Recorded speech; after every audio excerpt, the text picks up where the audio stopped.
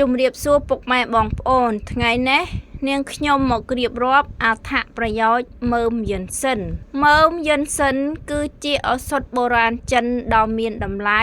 និងល្បីល្បាញរាប់ពាន់ឆ្នាំមកហើយវាត្រូវបានគេស្គាល់ថាជាស្ដេចនៃឱសថដោយសារតែវាមានផ្ទុកសារធាតុសកម្មសំខាន់ដែលផ្ដល់អត្ថប្រយោជន៍យ៉ាងច្រើនចំពោះសុខភាពរាងកាយនិងខួរក្បាលខាងក្រោមនេះជាអត្ថប្រយោជន៍សុខភាពសំខាន់នៃមើមយិនសិន 1. បង្កើនថាមពលនិងកាត់បន្ថយការនឿយហត់យិនសិនជួយជំរុញថាមពលរាងកាយនិងខួរក្បាលធ្វើឲ្យអ្នកដែលទន់ខ្សោយ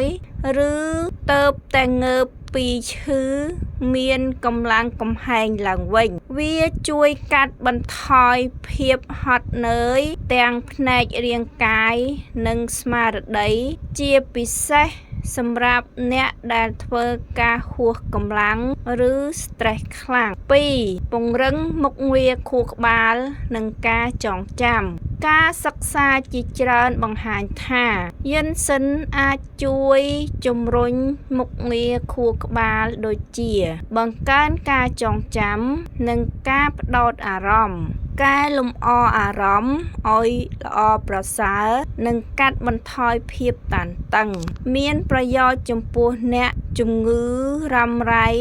ឬបញ្ហាវង្វេងវង្វាន់ 3. ពង្រឹងប្រព័ន្ធភាពស៊ាំប្រព័ន្ធការពាររាងកាយយិនសិនមានសុវត្ថិភាពខ្ពស់ក្នុងការជួយឲ្យប្រព័ន្ធភាពស៊ាំរឹងមាំដែលជួយឲ្យរាងកាយអាចប្រឆាំងនឹងមេរោគបាក់តេរីនិងការឆ្លងមេរោគផ្សេងៗបានយ៉ាងប្រសើរចំពោះអ្នកជំងឺមហារីកដែលកំពុងទទួលការព្យាបាលដោយគីមីយិនសិនក៏អាចជួយសម្រួលដល់ប្រព័ន្ធការពាររាងកាយរបស់ពួកគេផងដែរ 4. ប្រឆាំងការរលាកនិងប្រឆាំងអុកស៊ីតកម្មសារធាតុនៅក្នុងមើមយិនសិនមានលក្ខណៈសម្បត្តិប្រឆាំង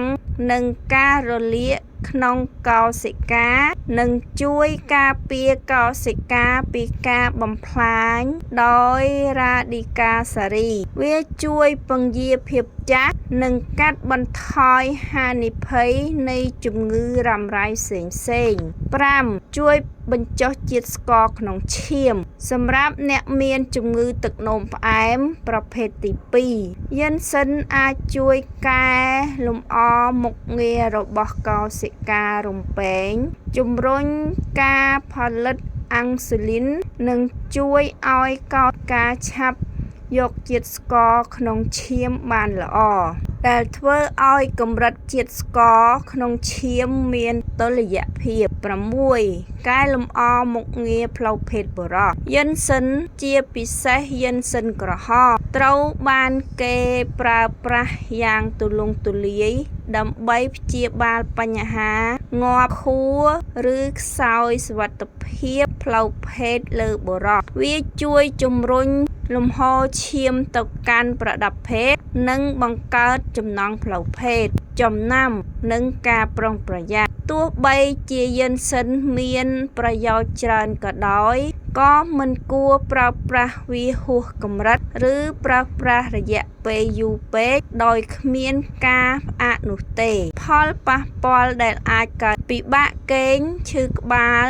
ឬឡើងសម្ពាធឈាមបើប្រើប្រាស់ច្រើនពេកអ្នកដែលគួរជៀសវាងឬពិគ្រោះជាមួយគ្រូពេទ្យស្ត្រីមានផ្ទៃពោះស្ត្រីបំបៅដោះកូនអ្នកដែលមានជំងឺលើសឈាមនិងអ្នកដែលកំពុងប្រើប្រាស់ថ្នាំពន្ជ្រៅឈាមឬថ្នាំទឹកនោមផ្អែម